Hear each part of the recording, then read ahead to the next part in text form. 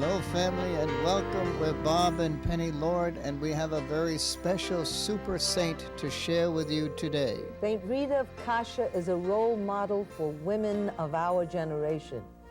There is nothing that any woman has experienced that Rita has not known.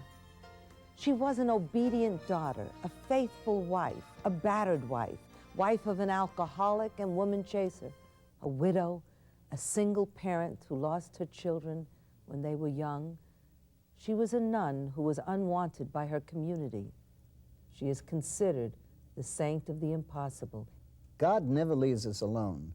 When he feels it's time to take one saint home, he raises up another to take her place.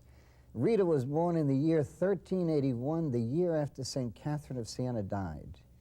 And in other times of doubts and heresy, our generous and loving God gave us an army of saints to keep his promise that hell would not prevail against his church.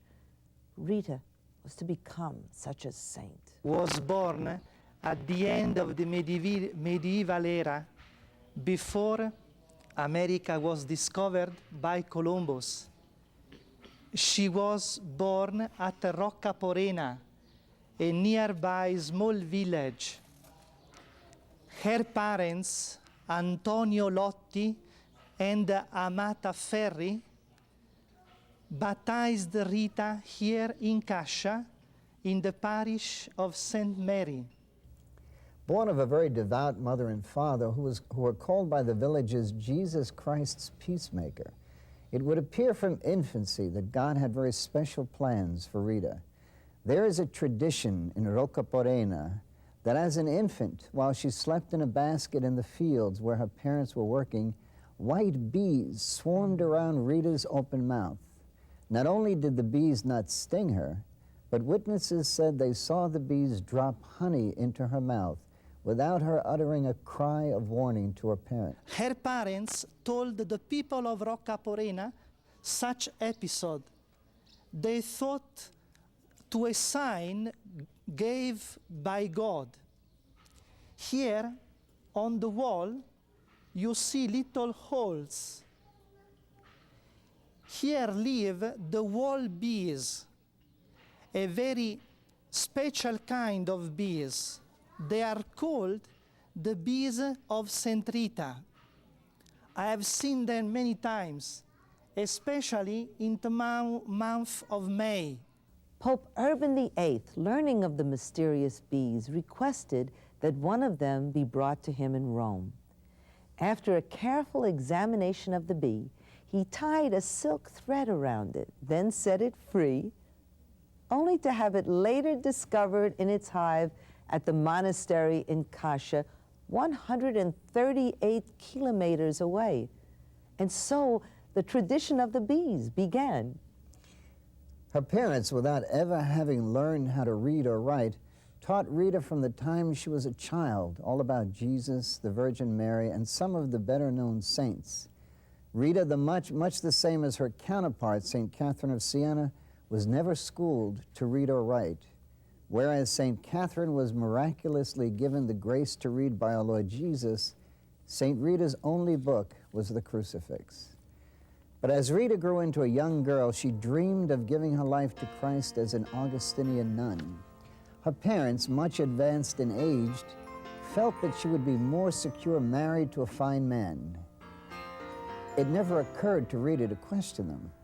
Paolo Ferdinando as a husband was at best a poor choice, but Rita, the obedient daughter, married at 12 years of age and began 18 years of pure hell.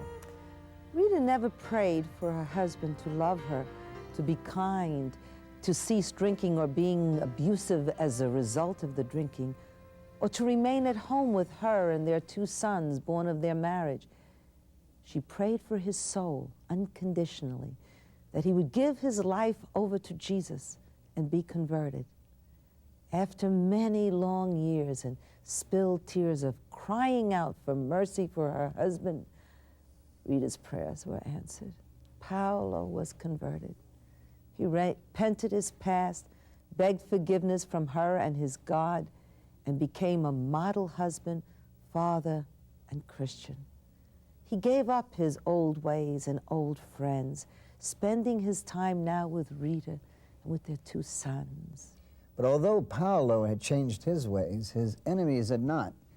One night as the hours ticked away, Rita really began to worry. Paolo had not come home. She would not have worried about the old Paolo, but she knew the new Paolo had not turned his back on Jesus, not on her or their boys. So although she tried her best, she could not overcome the fear that was to become a reality. Suddenly, all the years of dreading a knock on the door and the final, fatal words, "Your husband has been murdered," came crashing down on her. Early in the morning, her husband's lifeless body was brought to her.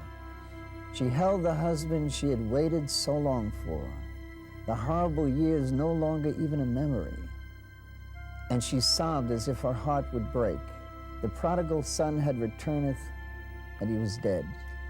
Her only consolation was that she knew he was with the Lord. He had to be, didn't he?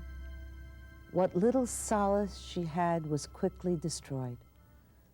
Her sons had been more influenced by the father's former violent nature than that of his brief conversion. And so they swore to avenge their father's death, a vendetta. No amount of pleading on the part of Rita would dissuade them. An eye for an eye. The murderers had to die as their father had died.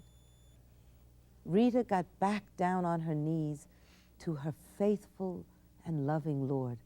She prayed, "Lord, please save their souls. If they are to lose their souls, please take them." The Lord answered her prayer. They were stricken by a fatal illness. As Rita ministered to their fever-racked bodies, she spoke gently to them of Jesus. She repeated the prayer of Jesus on the cross. "Father, forgive them. They know not what they do." Their hearts of hate turned into hearts of love. They forgave their father's murderers before they died. Her husband is gone. Her children are gone. The fears her parents had voiced 20 years before have now come to pass. Rita is alone in the world. She asked to enter this monastery of St. Mary Magdalene. You see around you the old monastery, a marvelous place where lived about 12 sisters of the Augustinian order. But they didn't want to accept Rita. There were the political and social fightings among the families. She was a widow, and it was dangerous to accept her in the monastery. For all that reasons, the sisters didn't accept Rita. Mother Superior had been very adamant in her objections. They would not accept widows. They only accepted virgins in the order.